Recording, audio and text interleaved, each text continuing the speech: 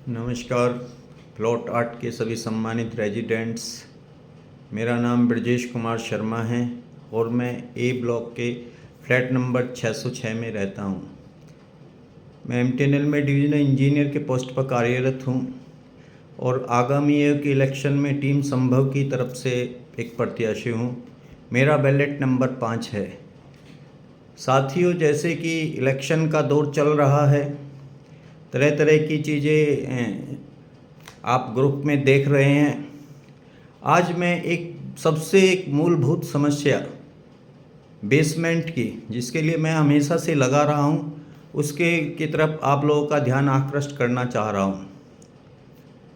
Basement की स्थिति बड़ी ही ख़राब थी। आपने देखा था शुरू में कि कैसे हमारे 5, 7, 10 पिलर्स जो उधर HIG टावर्स के थे वो पूरी तरह दलदल में डूबे रहते थे। उधर की स्थिति वास्तव में बहुत ही चिंताजनक थी।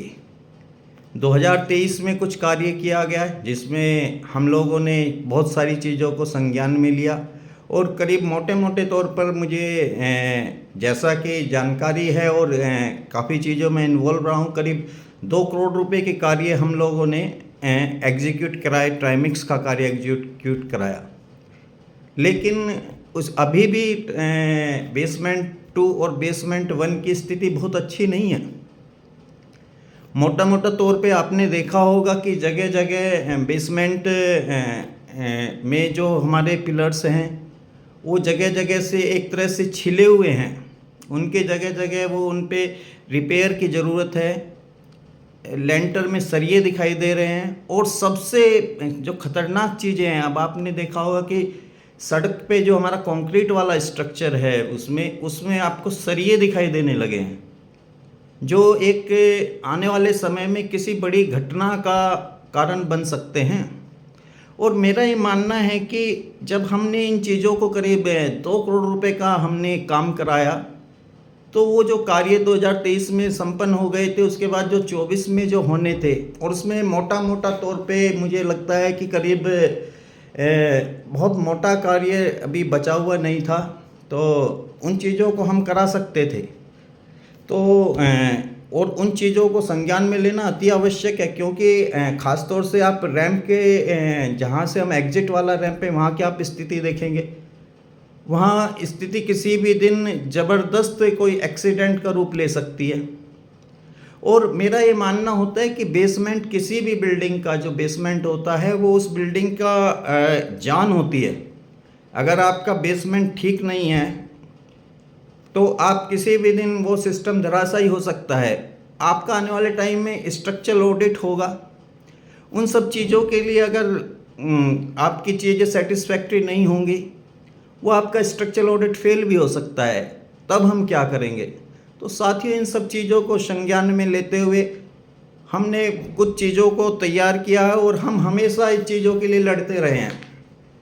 हम लोग कभी सिस्टम का हिस्सा रहे नहीं रहे, एक विजिलेंट रेजिडेंट के तौर पे मैं हमेशा काम करता रहता हूँ और चीज़ों को उठाते रहते हैं। बेसमेंट 1 में भी जो आप देखते हैं डस्ट का पूरा आलम है, उसका मेन कारण ये है कि जो आपका सीसी का स्ट्रक्चर है उसके ऊपर आपको एक अभी कम से कम एक PCC की जो वो है वो तह आपको बिछानी है,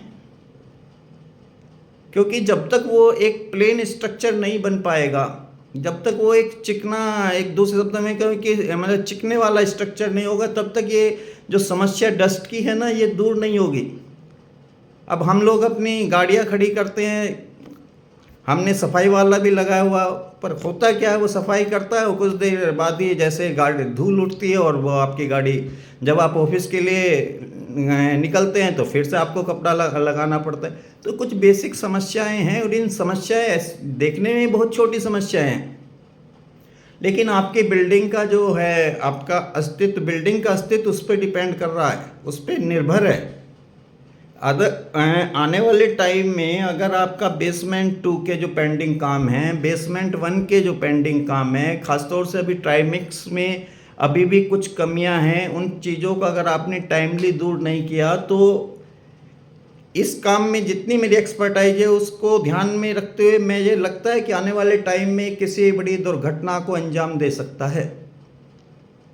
तो साथियों, आपसे तो मैं इतना ही कहना चाहूँगा कि इन सब चीज़ों को ज़्यादातर लोग जानते हैं, तो इन चीज़ों को जानने के साथ साथ यहीं पे छोड़ना ठीक नहीं है। हम सब लोगों को इन चीज़ों के प्रति वोकल होना पड़ेगा, आवाज़ उठानी पड़ेगी। हम लोगों ने अपना पैसा लगाया हुआ है, ये सिस्टम हमारा है।